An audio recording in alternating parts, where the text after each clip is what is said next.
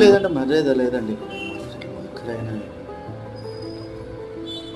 డబ్బు ఉంటేనే సాగు కాదు ఇవన్నీ ఉంటాయి.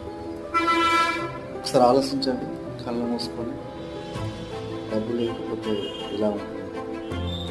ఇంట్లో కూడా మర్యాద ఉండదు. ఆలోచించండి అనగదు. డబ్బు ఉందనుకో ప్రపంచం మొత్తం మన గుప్పిట్లో ఉన్న ప్రతి ఒక్కరు రెస్పెక్ట్ ఇస్తారు. అది ఇంట్లో అయినా బయట. ట్రూత్ నమ్మినా నమ్మకపోయినా చేయగల మెరిగిన సత్యం.